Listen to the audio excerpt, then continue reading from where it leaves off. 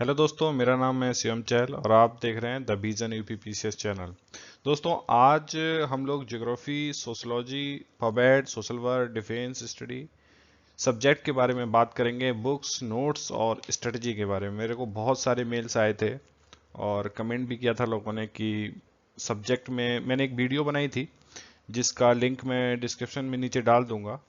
जब मैं ये वीडियो अपलोड करूंगा आप देख लेना वहाँ पर कि सब्जेक्ट में कैसे नंबर आ रहे हैं। इसके ऊपर मैंने एक वीडियो बनाई थी और उसके बाद मुझे मेल्स आए थे कि ज्योग्राफी, सोशलॉजी, पवेट, सोशल वर्क, डिफेंस इसमें तैयारी कैसे की जाए, क्या क्या पढ़ा जाए इनके लिए और जिससे अच्छे नंबर लाए जा सकें। चलिए दोस्तों, फिर शुरू करते हैं। दोस्तों, हमारे सामने सबसे पहले ज्योग्राफी है। जो साइंस बैकग्राउंड के लोग होते हैं और जिनका मैथ बैकग्राउंड होता है उन लोगों के लिए भी थोड़ा अच्छा रहता है ये सब्जेक्ट। साथ में जिन लोगों का बीए में या एमए में ज्योग्राफी होता है उन लोगों के लिए अच्छा है, और दूसरे लोग भी जिनका इंटरेस्ट इस सब्जेक्ट में है तो वो लोग भी इस सब्जेक्ट को ले सकते हैं। देखिए, ज्योग्राफी से आपको डेफिनेटली जीएस में फ़ायदा मिलता है। जीएस में मेरे ख्याल से अगर मैं इन्वायरमेंट और ज्योग्राफी को दोनों को मिला के अगर प्री में क्वेश्चन को देखूं तो करीब 35 से 40 मार्क्स का, अब 45 से 50 तक भी चला जा सकता है।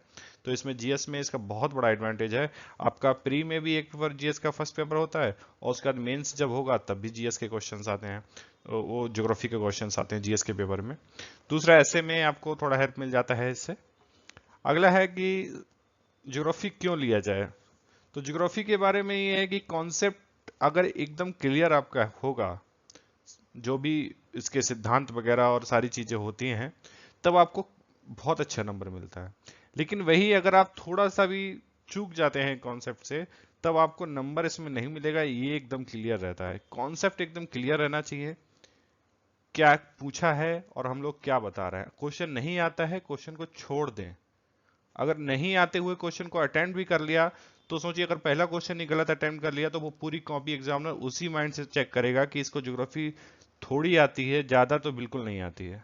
तो जो थोड़ी आती है तो नंबर भी वो थोड़े के हिसाब से ही देगा। तो नहीं आए तो छोड़ दो, कॉन्सेप्ट एकदम क्लियर रखो। इस थोड़ा वाइड इसका सिलेबस ज्यादा है थोड़ा, तो करीब मेरे ख्याल से 5 या 6 महीने आपको लगेगा। अब आप अगर कोचिंग कर लेंगे तो कोचिंग में तो समझ लिए 2 साल लगेगा। इससे पहले तो बिल्कुल खत्म नहीं होगा ज्योग्राफी। सोचिए, मैं जहां तक मुझे लग रहा है कि करीब 15 महीने तो नॉर्मल आराम से हो जाएगा, कि आपको लगेगा ही लगेगा। उसके बाद आपके टीचर पे है कि वो कितना खींच के 2 साल उसको ले जाए या वो उसको 3 साल ले जाए। अगर खुद करेंगे तो 6 महीने में हो जाएगा, कोचिंग से होगा तो 2 साल लग भी सकता है।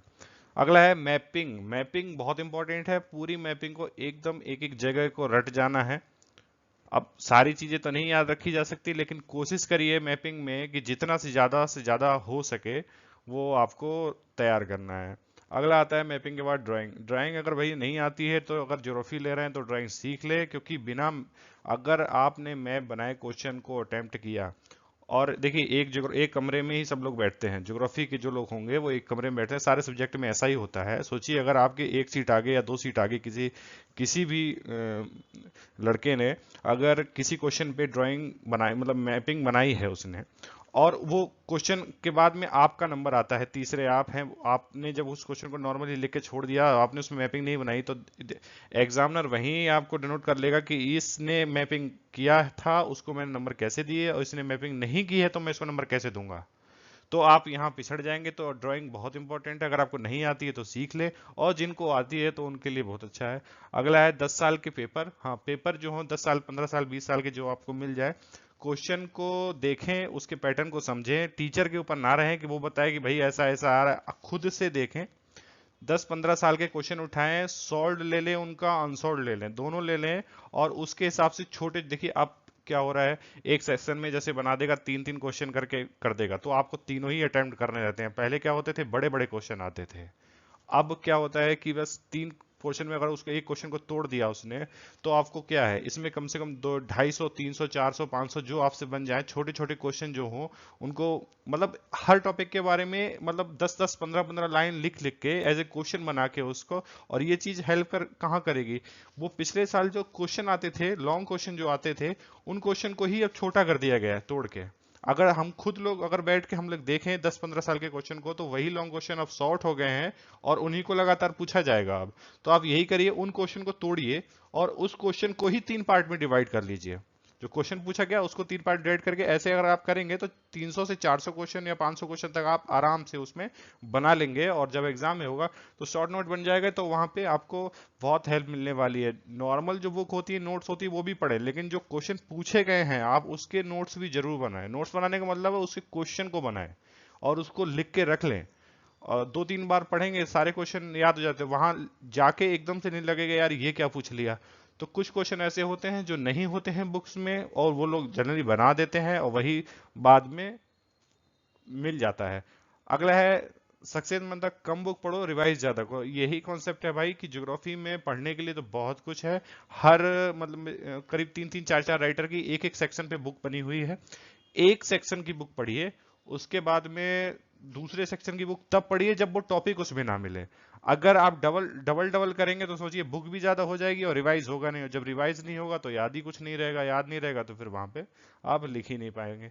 तो इंपॉर्टेंट ये है कि कम से कम बुक पढ़ी जाए, सारे सिलेबस को कवर कर ले इतनी बुक पढ़ी जाए, उसके बाद में बुक को डबल ना करें। हाँ, अगर कोई कोई चीज, अगर कोई टॉपिक ऐसा है जो उसमें नहीं मिल रहा है, तब आप दूसरी बुक को इस उस सेम टॉपिक के लिए आप चूज कर सकते हैं। अगले में हम देखते हैं कि इसमें बुक कौन कौन सी पढ़नी है। दोस्तों, ज्योग्राफी फर्स्ट पेपर के लिए जो बुक्स हैं वो हैं, आप फिजिकल ज्योग्राफी सविंदर सिंह का ले सकते हैं, बहुत अच्छी बुक है, और इसकी जो भाषा है बहुत सरल है, बहुत आसानी से समझ में आता है, बहुत अच्छी बुक है ये। तो इसको देख लें। स्पेक्ट्रम भी ले सकते हैं आप, स्पेक्ट्रम भूगोल की बुक आती है, ये भी ले लें। और मानव भूगोल के लिए माजिद हुसैन, क्लाइमेटोलॉजी के लिए आप डॉक्टर DS लाल की बुक ले सकते हैं, जियोमॉर्फोलॉजी के लिए सविंद्र सिंह इनफ है, और भौगोलिक चिंतन के लिए माजिद हुसैन, और भूगोल जो मॉडल की बुक आती है उसके लिए भी माजिद हुसैन को लेना है। दोस्तों, पेपर 2 के लिए हमको भारत का भूगोल माजिद हुसैन और भारत का भूगोल खुल्लर। देखिए, खुल्लर तो सेकंड पेपर के लिए एक संपूर्ण बुक है, और इसको आप ऐसे रखिए कि भाई इसको तो मतलब इसमें सब कुछ है, बाकी चीजें अलग जो डाल सकते हैं आप अलग से। तो इसको तो बहुत अच्छे से करना है, अच्छी बुक है ये भी। इसके बाद में योजना, कुरुक्षेत्र, और एक आता है ज्योग्राफी एंड यू, एक इंग्लिश हिंदी दोनों में आती है ये बुक। ज्योग्राफी से रिलेटेड जितने भी आप आपदा प्रबंधन वगैरह हो गया, या करंट में कोई जैसे अभी अभी आ रहा था, उत्तराखंड में बहुत आ रहा था कि भाई वहाँ लैंडस्लाइड हो जाती है और 2 पत्थर के टकराने से वहां पे आग भी लग रही है। तो और गवर्नमेंट ने अभी एक कमेटी भी बनी थी उसके ऊपर कि कैसे इस आग पे, क्योंकि गर्मियां आने वाली हैं, फिर से इस तरह की प्रॉब्लम फेस करेगी गवर्नमेंट वहां उत्तराखंड की। तो ये सब चीजें, ये करंट की जो ज्योग्राफी से रिलेटेड की बहुत अच्छी बुक है, इसमें सारे मुद्दे आते रहते हैं, तो इसको प्लीज देखते रहिए। योजना, कुरुक्षेत्र तो आपको देखना ही है, साथ में इंडियन ईयर बुक को भी देखते रहिए। ये इंडिया ईयर बुक चेंज होती है, कुछ नया आता रहता है, लेकिन जो टॉपिक आपका है जो पढ़ा हुआ बाकी, जैसे मेरे हिसाब से अगर मैं देखूं तो ज्योग्राफी से सर्वेक्षण जो संबंधित होते हैं, पानी की कमी या कहीं पे, या समाज की किसी और आंकड़े को अगर लेके आया जाता है तो इसमें ऐड करती है गवर्नमेंट, या पिछले साल का भी होता है, रेफरेंस दे के आप लिख सकते हैं, तो इसको पढ़ना है। फुल करंट फोकस रहना है, जैसे जनसत्ता हो गया या दैनिक जागरण राष्ट्रीय संस्करण भी हो गया, अगर आप हिंदी मीडियम से हैं, वरना अगर इंग्लिश मीडियम है तो आपके हिंदू वगैरह भी आप देख सकते हैं, टाइम्स ऑफ इंडिया देख सकते हैं। तो पेपर पे तो फोकस रहना ही है। साथ में अगर मैं नोट्स की बात करूं, आप आलोक रंजन का नोट्स ले सकते हैं, इसके लिए हिंदी में आता है ये, हिंदी इंग्लिश दोनों में आता है ये। और मैपिंग इंपॉर्टेंट है, तो एटलस देख लीजिए जो आपको ठीक लगे उसमें। मैपिंग फिलहाल मैंने बताया था आपको, मैपिंग बहुत इंपॉर्टेंट है आपको, तो एटलस को बहुत अच्छे से करें इसमें। तो दोस्तों, ये तो ज्योग्राफी का होगा। चलिए अगला देखते हैं। दोस्तों, समाजशास्त्र के लिए क्या करना है हमको। देखिए, पहले तो ये छोटा सब्जेक्ट है, रिवाइज जल्दी हो जाता है, इसका ये फायदा है, और ऐसे में भी ये फायदा देता है आपको, अच्छे नंबर आ रहे हैं। छोटा सब्जेक्ट है, जल्दी रिवाइज, छोटा सब्जेक्ट है, जल्दी रिवाइज हो जाता है, नोट्स अच्छे से बन जाते हैं, इसलिए नंबर भी अच्छे आ रहे हैं इस सब्जेक्ट में। और दूसरी चीज, इस जो सब्जेक्ट की सबसे महत्वपूर्ण चीज है कि एक सिविल सर्वेंट में क्या क्या गुण होने चाहिए, आप समाज को किस तरह से समझ सकते हैं, वहां अगर कोई प्रॉब्लम है तो उसका सोल्यूशन किस तरह से कर सकते हैं। और जब आपका सिलेक्शन हो जाएगा तब आपके क्षेत्र में भी आपको जो काम करने होंगे उसमें ये सब्जेक्ट की बहुत बड़ी भूमिका, मतलब आपको हेल्प कर सकता है जो आपने पढ़ा है। तो इसके लिए अभी नहीं आगे भी ये हेल्पफुल रहता है।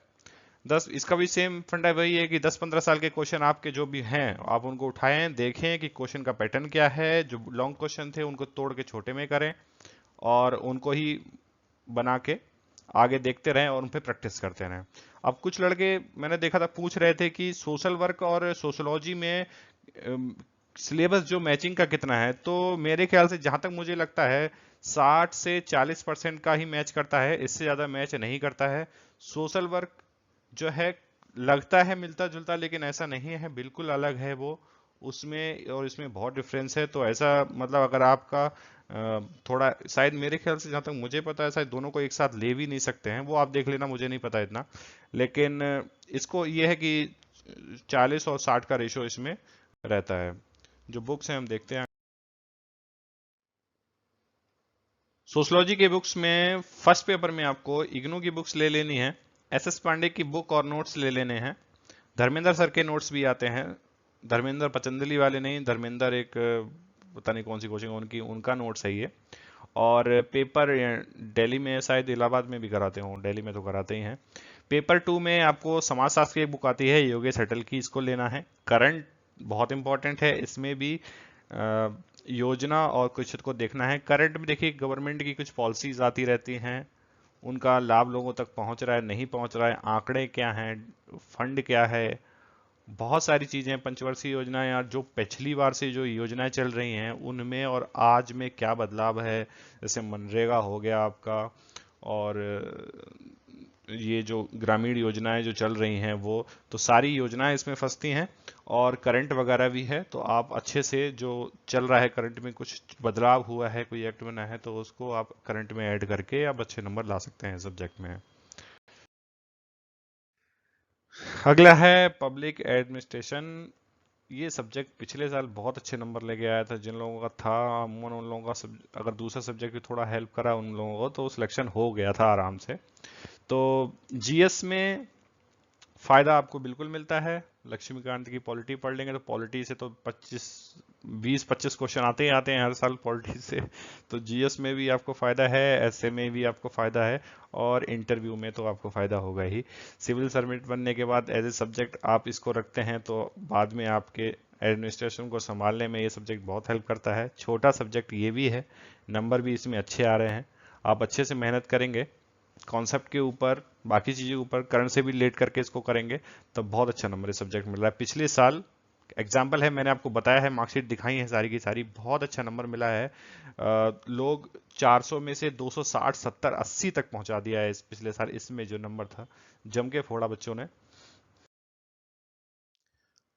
अब आती है बुक्स की बारी। लोक प्रशासन लक्ष्मीकांत की बुक आती है, उसको ले लें। इंडियन पॉलिटी लक्ष्मीकांत की आती है, उसको भी ले लें। लोक प्रशासन के नया मोहित भट्टाचार्य, बहुत अच्छी बुक है, इसको भी लेना है। प्रशासनिक चिंतक सुरेंद्र कटारिया। देखिए इसमें क्या है, सुरेंद्र कटारिया की जो लैंग्वेज है बहुत इजी लैंग्वेज है, और प्रसाद की जो लैंग्वेज है बहुत डिफिकल्ट लैंग्वेज है। तो आपको मैं सलाह दूंगा कि प्रशासनिक चिंतक जब भी पढ़ें आप तो सुरेंद्र कटारिया को पहले पढ़ें पूरा अच्छे से, और उसके बाद ही प्रसाद को आप उसके बाद पढ़ें। अगर आपको लगे कि मैं इससे ज़्यादा पढ़ सकता हूं तब पढ़ें, वरना जरूरी नहीं है बुक। सुरेंद्र कटारिया इनफ है, लैंग्वेज बहुत इजी है। अगर आप इस बुक को पहले पढ़ेंगे तो आपको कुछ भी समझ नहीं आएगा। तो मैं सलाह दूंगा आपकी सुरेंद्र कटारिया पहले पढ़ें, अगर उसके बाद आपका मन है तो आप इसको बाद में पढ़ें। दूसरा है, दूसरी जो प्रशासनिक सुधार रिपोर्ट आई थी एआरसी, उसको पढ़ लें। नोट्स की बात आती है, उनियाल सर के नोट्स ले सकते हैं, अतुल लोहिया के, हिंदी मीडियम के लिए बता रहा हूँ मैं। वरना पवन कुमार और दीपक मोहंती के नोट्स भी इंग्लिश मीडियम के लिए मिलते हैं, इनका आप हिंदी में जो है, जो लोग हिंदी लेना चाहें, हिंदी में देंगे एग्जाम, उनके लिए ये है। दोस्तों दूसरी बात है ये है कि ये सारी चीज़ें तो हैं ही, साथ में आपको नोट्स भी बनाने हैं। देखिए ये जो बुक्स मैं बता रहा हूँ आपको, बुक्स के ऊपर नहीं रहना है, शॉर्ट नोट्स बनाएं।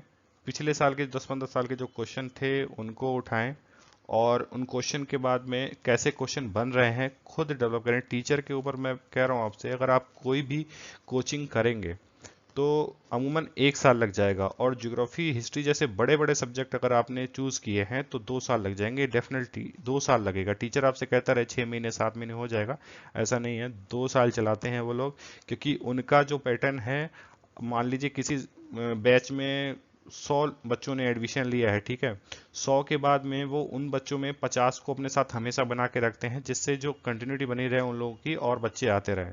तो वो बैच अपना बीच में कभी भी नहीं तोड़ते, इसलिए वो 6 महीने को भी 1 साल में कन्वर्ट करते हैं और 1 साल को 2 साल में कन्वर्ट करते हैं। आप अगर खुद से करना चाहते हैं तो ये सारी बुक मौजूद हैं, नोट्स हैं, पिछले साल के जो क्वेश्चन हैं उनसे आप शॉर्ट नोट्स बनाएं, जो क्वेश्चन है उन बड़ा लॉन्ग क्वेश्चन आता था उसको शॉर्ट में कन्वर्ट कर लें, बहुत सारे क्वेश्चन बन जाएंगे आपको, मेरे ख्याल 300-400 क्वेश्चन बन जाएंगे। और उसके बाद में आप नोट्स की हेल्प ले सकते हैं पूरा सिलेबस कवर करने के लिए। देखिए कहाँ से क्वेश्चन नहीं बन रहा है, अगर वहाँ से क्वेश्चन नहीं बना है अब तक तो उसको डेवलप करें, हो सकता है अगला क्वेश्चन अगली साल इस तरह इस पे क्वेश्चन पूछ ले जाए। क्योंकि देखिए एनालिसिस हम भी नहीं करते हैं, एनालिसिस वो भी लोग आयोग में भी लोग करते हैं कि भाई किस टॉपिक से क्वेश्चन नहीं बना है अब तक, उससे क्वेश्चन पूछा जाए। तो यहाँ आपको इस तरह से हेल्प मिल सकती है। दोस्तों अब बात आती है मोस्ट वैल्यूएबल जो ऑप्शनल है, सोशल वर्क की। सोशल वर्क क्यों ले? छोटा सब्जेक्ट है, रिवाइज बहुत जल्दी हो जाता है ये, और अगर करंट के साथ आप इसको जोड़ के लिखते हैं, कॉपी को थोड़ा सा दूसरों से अलग रखते हैं, तो अच्छे नंबर आप इसमें ला सकते हैं। स्केलिंग का इसके जो प्रभाव है इस पे ज़्यादा नहीं पड़ता है, और जो एडवांटेज मिलता है स्केलिंग का वो बहुत ज़्यादा मिलता है। जनरली अगर आप मेहनत करके बहुत अच्छे से, थोड़ा किस्मत भी आपकी साथ दे जाए, एग्जामिनर आपकी कॉपी पर थोड़ा ध्यान दे दे, तो आप 240 से 260 बिना स्केलिंग के लाते हैं। और जब स्केलिंग भी आपको इसमें सपोर्ट कर दे तब आप 280, हो सकता है 300 के पार कर जाएं। तो स्केलिंग इसमें गिराती कम है, लेकिन एडवांटेज बहुत ज़्यादा मिल जाए, नंबर बहुत बढ़ा देती है इसमें, इसलिए ये सब्जेक्ट ज़्यादा फेमस हो रहा है 2-3 साल में। इसमें करना भी वही पुरानी स्ट्रेटजी है, इसमें 10 साल के जो क्वेश्चन आते हैं, आप 10-15 साल के जो क्वेश्चन हैं उनको तोड़िए। क्वेश्चन ऑलरेडी आपके पास, एक सोचिए अगर 100 क्वेश्चन है, 100 को अगर मैं, लॉन्ग क्वेश्चन आता था पहले तो उसको 3 में डिवाइड कर दूंगा, और 3 में डिवाइड करने के बाद मेरे 100 को 300 हो जाएंगे, तो 300 क्वेश्चन तो आपका ऑलरेडी वहां से हो गया। उसके बाद में प्रैक्टिस करते रहें उन क्वेश्चन के ऊपर और उनको याद भी करते रहें। दूसरा ये है कि टीचर के जो नोट्स हैं, आपको जो नोट्स मिलते हैं उनका किसी को ऐसा नहीं है कि आप किसी का कॉपी, एकदम कॉपी पेस्ट कर दिया। अगर देखिए अगर आप कोचिंग कर भी रहे हैं तो टीचर जो बोल रहा है उसकी लैंग्वेज में तो बिल्कुल मत लिखिए, आप अपनी लैंग्वेज में लिखेंगे। उसका 2 तरह से आपको फायदा हो सकता है। एक तो ये है कि आप जल्दी रिवाइज कर लेंगे, क्योंकि देखिए टीचर अगर कुछ बोलेगा तो वो अपनी भाषा में बोलेगा, आप मतलब एक तो वही हो गया कि उसने किताब की तरह लिख दिया कहीं जाके। लेकिन आप अगर अपने सब्जेक्ट में मतलब अपनी लैंग्वेज में अगर उसको लिखेंगे तो आपको बहुत हेल्पफुल रहता है, जल्दी रिवाइज भी आप कर सकते हैं, और उसको और भी शॉर्ट कैसे बनाया जाए ना वो भी आप बहुत आसानी से कर सकते हैं। टीचर के नोट्स को आप इतनी आसानी से शॉर्ट नहीं कर सकते जितना अपने शब्दों को आप शॉर्ट कर सकते हैं। तो यही है आपके लिए कि क्वेश्चन जो आ रहे थे पहले उनको बहुत अच्छे से तैयार करना है। कोचिंग अगर आप कर रहे हैं और अगर कोचिंग कर रहे हैं तो ठीक है, अपने शब्दों में चेंज करिए घर पे आके, लेकिन अगर कोचिंग नहीं कर रहे हैं, किसी के नोट्स आपने लिए हैं, तब आप उनको कन्वर्ट करिए अपने शब्दों में, उनको और भी छोटा कीजिए, जिससे ये हो सके कि एग्जाम अगर मेरा 9 बजे 9:30 अगर एग्जाम शुरू हो रहा है तो मैं सेंटर पे 7 बजे पहुंचूं, अपना 2 घंटे में रिवाइज करके एग्जाम हॉल के अंदर चला जाऊं। तो क्योंकि बहुत छोटा सब्जेक्ट है तो ये सब चीजें भी आपको बहुत हेल्प करेंगी। दोस्तों अब बात आती है सोशल वर्क कैसे तैयार किया जाए। देखिए इलाहाबाद में एक टीचर हैं अग्निहोत्री, उनका नोट्स दिल्ली में भी मिलता है, और इलाहाबाद में तो वो पढ़ाते ही हैं, वहां तो मिलता ही होगा। साथ में अगर आप नोट्स से पढ़ सकते, मैं तो कहता हूँ आप नोट्स से पढ़ सकते हैं कि कुछ भी नहीं है इतना इस सब्जेक्ट में। और अगर आप इलाहाबाद में रहते हैं तो मुझे नहीं लगता कि दिल्ली से कोई जाएगा क्लास करने के लिए, तो आप क्लास भी कर सकते हैं जैसा आपको ठीक लगे। दूसरा ये है कि देखिए टीचर मेरे ख्याल से अगर मैं बताऊं इन टीचर के बारे में ही, तो 1 साल में ये करीब 7 से 8 या 5 से 10 हज़ार लोगों को एक साल में क्लास देते होंगे। ये सब्जेक्ट तो बहुत पुराना है, 4-5 साल में, और सोचिए कितने बच्चे इनसे पढ़ के निकल के बाहर आए होंगे। तो जब इनका जो इन्होंने लिखवाया होगा, तो मुझे, क्योंकि इतना छोटा सब्जेक्ट है, आप ज़्यादा वर्ड्स में चेंज नहीं कर सकते, सेम एकदम आप देखेंगे तो डायग्राम भी सेम ही मिलेगा आपको। बहुत सारी चीज़ें होती हैं जो एकदम कॉपी पेस्ट लगता है वहाँ पे। तो ये है कि आप जब अगर क्लास भी कर रहे हैं तो कुछ ना कुछ चेंज करें, टीचर बोल रहे हैं अपने समझें और अपने शब्दों में उसको चेंज करके अपनी कॉपी पे नोट करें। दूसरा है कि शॉर्ट नोट जरूर बनाएं, और जो डेफिनेशन पूछी जाती है, देखिए डेफिनेशन जब 5 टॉपिक होता है तो 5 टॉपिक ही जनरली आता है, 3 टॉपिक अवॉइड रहते हैं। तो 5 टॉपिक हो गया, जितने भी सारे टॉपिक हैं, मन करे तो 8 टॉपिक जितना भी है सारे की मतलब जो डेफिनेशन होती हैं बना के रखें, 3-3 डेफिनेशन। और जिन डेफिनेशन के साथ में कि वो उन्होंने डेफिनेशन क्यों दी है, तो उस चीज पे ध्यान रखना है। एक तो डेफिनेशन, और डेफिनेशन क्यों दी है वो, और वो दूसरे से डिफरेंस किस तरह से है, तो ये सारी चीजें भी आपको रखना है। 3-3 डेफिनेशन सबकी तैयार करनी है। डायग्राम डायग्राम का एडवांटेज मिलता है, जाहिर सी बात है, एक रूम में ही सब लोग बैठते हैं, और वहीं पर सोचिए अगर आयोग में आपका सेंटर पड़ गया, तो आयोग में हॉल में एग्जाम होता है, सारे एक ही हॉल में बैठते हैं। तो वहां पर सोचिए अगर सेम डायग्राम जो होगा, मेरे ख्याल से आयोग में अगर 1,000 बच्चे बैठ के एग्जाम दे रहे हैं, तो वहां पर 1,000 में से 500 ने 600 ने अगर वही सेम डायग्राम बना दिया, तो भाई यही एडवांटेज डिसएडवांटेज में चेंज हो जाता है। एग्जामिनर को नहीं लगता है कुछ भी चेंज कॉपी में, और तो हो सकता है आगे वाले इसका लाभ ले जाएं, लेकिन पीछे वालों को इसका जरूर लॉस हो जाता है। तो ध्यान रखें, अगर डायग्राम आप बना रहे हैं तो टीचर का डायग्राम देखें जरूर, उसमें कुछ चेंज करें, अपने पास से कुछ चाहें तो ऐड करें, या आप अलग कुछ और कर सकते हैं तो वो करें, सेम डायग्राम के पीछे ना भागें, क्योंकि बहुत सालों में इतना बड़ा सब्जेक्ट नहीं है कि इसमें बहुत ज्यादा चेंज लाया जाए। तो सेम वही चीज चलती रहती है। लेकिन पिछले साल का जो पेपर था, अप्लाइड पेपर था, ऐसा कुछ था नहीं। पिछले साल का जो पेपर एकदम ठीक था, उससे पहले था जनरली एक सा ही नॉर्मल लोग लिखते थे, लेकिन पिछले साल ऐसा पेपर आया है कि थोड़ा बदलाव हुआ है इस चीज में। दूसरा अगला वही है कि राइटिंग आपकी साफ होनी चाहिए, भाषा शुद्ध होनी चाहिए। शुद्ध भाषा से ये भाषा क्लिष्ट नहीं होनी चाहिए कि मतलब एग्जामिनर चक्कर में पड़ जा रही ये क्या लिख दिया तो समझ ही नहीं आ रहा है। और इसकी जो मैं सबसे बड़ी आपके लिए बात बताऊं ना, शुद्ध भाषा वाली बात, तो जो मैंने एक भी बुक्स नहीं बताई है सोशल वर्क के लिए, उसकी वजह यही है कि जो बुक्स हैं उनकी भाषा बहुत ज़्यादा क्लिष्ट है, और जो बुक्स आई हैं मार्केट में वो जनरली लिख दी गई हैं। तो मैं आपसे, आपका अगर मन है पढ़ने के लिए, देखिए मैं अगर आपसे कहूँगा बुक्स लेके पढ़ लो, आपका मूड होगा आप तब भी नहीं पढ़ेंगे, मैं मना करूंगा आपका मूड होगा तो आप पढ़ लेंगे। तो आपके ऊपर है कि आपको बुक नहीं पढ़नी है कि पढ़नी है। मुझे नहीं लगी कोई भी बुक इसकी ऐसी कि उस बुक को पढ़ा जाए, क्योंकि उनकी लैंग्वेज इतनी हार्ड है कि आप अगर उनसे नोट्स भी बनाएंगे ना, तो आपको कुछ, या तो आप वर्ड्स भूल जाएंगे वहां जाने के बाद में। तो वर्ड्स जब भूल जाएंगे बीच के डेफिनेशन में, अगर आप वर्ड्स भूल गए, एक एक शब्द की इंपॉर्टेंस होती है डेफिनेशन में, अगर आप एक भी शब्द अगर आपने चेंज कर दिया उसमें, क्योंकि देखिए एग्जामिनर को डेफिनेशन पूरी तरह से पता होती है, और किसने क्या लिखा है ये भी उसको पता होता है। तो आप कुछ भी उसमें मॉडिफाई करके नहीं लिख सकते हैं, डेफिनेशन आपको सेम लिखनी है, एक एक वर्ड की इंपॉर्टेंस होती है। आप एक भी वर्ड अगर चूक गए वहां पे तो डेफिनेशन में आपको लॉस हो जाएगा। तो ध्यान रखना है कि ऐसी चीजें नहीं करनी है कि हम वहां जाएं और याद रहे कि अरे इसकी तो डेफिनेशन की शुरुआत कैसे हुई थी, मैं तो यही भूल गया। तो जो बुक्स हैं, बुक्स की भाषा इतनी क्लिष्ट है कि समझ नहीं आता है कि ये क्या लिखा हुआ है, एक दो दिन पढ़ेंगे अगले दिन भूल जाएंगे। तो जाहिर सी बात है कि खुद के नोट्स बनाएंगे तो ज़्यादा आपको लाभ होगा, इसलिए मैं बुक नहीं बता रहा हूँ।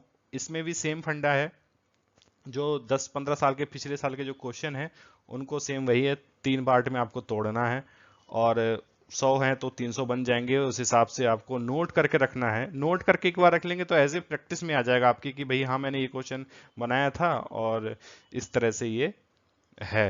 तो एग्जाम में जब पूछा जाएगा, देखिए क्वेश्चन तो रिवाइज होते हैं 2004-5, पिछले साल मैंने देखा था डिफेंस में 2 क्वेश्चन ऐसा था जो 2006 में आया था, उसके बाद वो क्वेश्चन नहीं पूछा गया था। रशियंस पे था वो क्वेश्चन, रशियंस के 2 जो क्रांति में जो लोग शामिल हुए थे उन लोगों के बारे में पूछा गया, और जिन्होंने रशिया का विकास किया। तो ये चीज आपको ध्यान रखनी है कि जो पिछले साल के क्वेश्चन हैं वो इम्पोर्टेंट होते हैं, उनके आधार पे ही आप आगे की प्रैक्टिस करें। कोचिंग अगर आप लेंगे तो ज़्यादा टाइम इसमें नहीं लगता है इसकी कोचिंग, मेरे ख्याल से 1 महीना या 2 महीने से ज़्यादा इस कोचिंग नहीं, क्योंकि ज़्यादा बड़ा सब्जेक्ट है नहीं है। और कोचिंग भी आप देखिए, कोचिंग अगर आप लेंगे तो इसमें सब फर्स्ट पेपर पढ़ाया जाता है, सेकंड पेपर आपको टीचर नहीं पढ़ाएगा। नोट्स मेरे ख्याल से हो सकता है, मुझे पता नहीं, नोट्स देता हो शायद, लेकिन पेपर सिर्फ फर्स्ट पेपर ही पढ़ाते हैं वो लोग, सेकंड पेपर नहीं पढ़ाते हैं। तो आप उसको देख लें। Act, year, article and newspaper या करंट की कोई मैगजीन हो तो उसको पढ़ते रहें। एक्ट भी इम्पोर्टेंट है, जैसे लेबर जो एक्ट आया था वो कब आया था, और अगर जो श्रम कानून हैं उनसे जुड़े हुए, अगर बाल श्रम पे जो कानून है तो उसका आर्टिकल क्या है। तो इस तरह से आपको इन सब चीज़ों पे भी आपको बहुत ज़्यादा ध्यान देना है।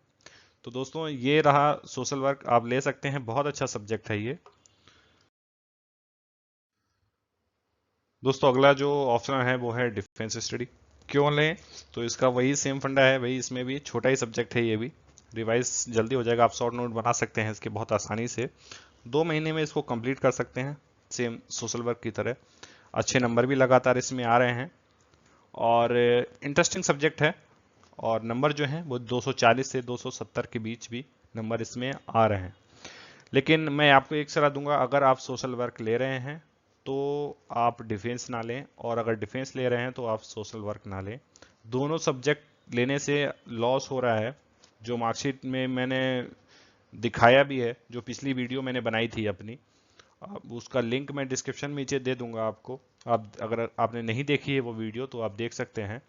तो मैं आपको यही सलाह दूंगा कि दोनों को ना रखें, एक सब्जेक्ट तो आप अलग चूज करें। आप पबेड ले सकते हैं, आप ज्योग्राफी ले सकते हैं, हिस्ट्री ले सकते हैं, सोशोलॉजी और फिलोसफी, कुछ भी ले, लेकिन दोनों को सब्जेक्ट ना रखें। देखिए 1-2 दिन की बात तो है नहीं, अगर 1 साल चला जाता है। देखिए पोस्टिंग 2016 का जो एग्ज़ाम हुआ है और 17 आ गई है, और अभी तक मुझे नहीं लगता कि 2017 दिसंबर तक ये फाइनल होना है, और उसके बाद जो ज्वाइनिंग मिलेगी तो वो हो सकता है मार्च अप्रैल 2018 में मिले। तो भाई अगर कोई भी एग्ज़ाम होगा तो उसको पूरी प्रक्रिया होने में 2.5 साल लग जाता है। आपका अगर ऑप्शनल तैयार नहीं है तो देखिए टाइम से टाइम लगता चला जाएगा, 2.5 साल से 5 साल हो जाएंगे, और 5 से 7.5 साल के बाद में 10 साल भी आराम से हो जाएंगे, अगर आपने ऑप्शनल पे मेहनत ना की।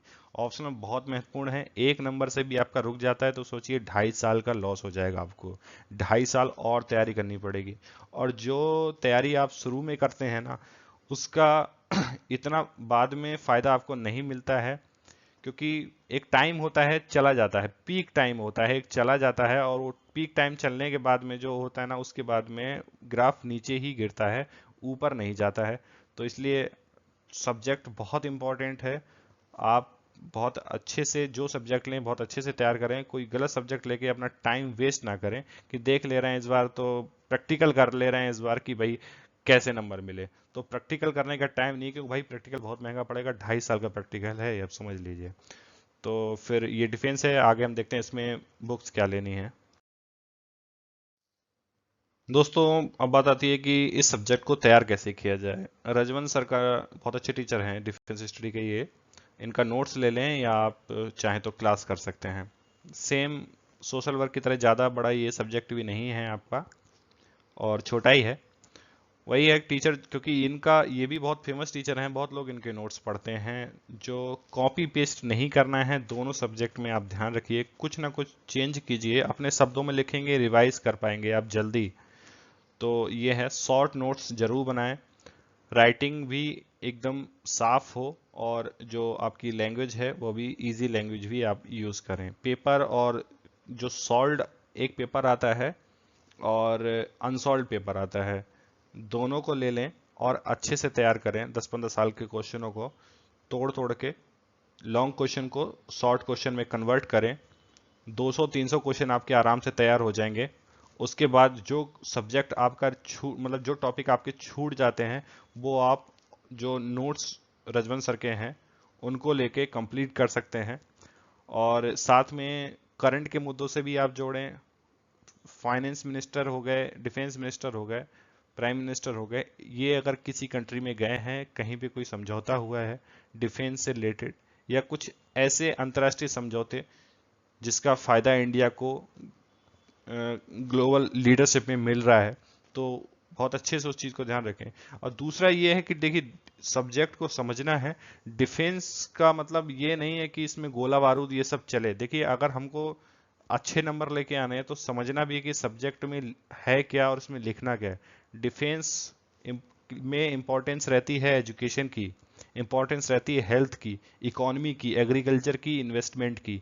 ये सारी चीज़ें जो इस हैं, इसको हमको जोड़ के लिखना है, कैसे भी करके लेट करना है। सिर्फ ये नहीं कि इसमें लड़ाई ही वगैरह ये सब चीज़ें हैं। फर्स्ट पेपर में मान सकता हूँ कि फर्स्ट पेपर में जो वॉर का जो पैटर्न दिया हुआ है, पहले लड़ाइयाँ किस तरह से होती थी, टाइम के साथ बदलाव किस तरह से आया है। लेकिन अगर वहीं मैं सेकंड पेपर की बात करूं तो सेकंड पेपर एकदम डिफरेंस है। वॉर से ज़्यादा वो सपोर्ट करता है कि मानव जीवन को सफल कैसे बनाया जाए, सुरक्षित कैसे किया जाए। तो यहाँ हर कंट्री की इम्पोर्टेंस ये रहती है कि अपने लोगों को कैसे सुरक्षित रखें हम लोग, जिससे हमारे यहाँ जो इकोनॉमी है वो भी ग्रोथ करे। देखिए, अगर आप पाकिस्तान में इन्वेस्टमेंट क्यों नहीं जाता है, वजह है कि वहाँ डिफेंस इतना बढ़िया नहीं है।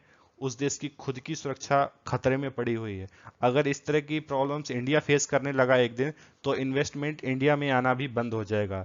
डिफेंस सिर्फ ये चीज़ नहीं है कि बस वॉर के लिए और इन सब चीज़ के लिए इम्पोर्टेंट है। सारी चीज़ें डिफेंस से रिलेटेड होती हैं। तो एक बड़े व्यू में, खैर आप अगर क्लास करेंगे रजवंत सर का तो वो आपको ज़्यादा अच्छे से ये चीज़ समझाएंगे। लेकिन अगर आप क्लास नहीं कर रहे हैं, आप नोट्स लेके इसको कर रहे हैं, तो ध्यान रखिए इन सारी चीज़ों को आपको कवर करना होगा। दूसरा जो है कि मैं इस पे लगातार जो मुझसे हो सकेगा, जो क्वेश्चंस होंगे, मैं लगातार इसमें डालता रहूँगा डिफेंस स्टडीज़ के ऊपर। दोस्तों, आज मैंने 5 सब्जेक्ट को कवर किया है। 5 और सब्जेक्ट बचे हुए हैं जो मैं अगली वीडियो में कवर करूंगा। आपको ये वीडियो कैसा लगा, नीचे कमेंट में मुझे ज़रूर बताएं। या और भी कोई प्रॉब्लम आपको है तो आप कमेंट कर सकते हैं मुझे। किसी पर आप वीडियो बनवाना है तो वो भी मुझे बता सकते हैं। मेरा चैनल ज़रूर सब्सक्राइब करें जिससे आप आगे भी ये सारी वीडियो देखते रहें। Thank you.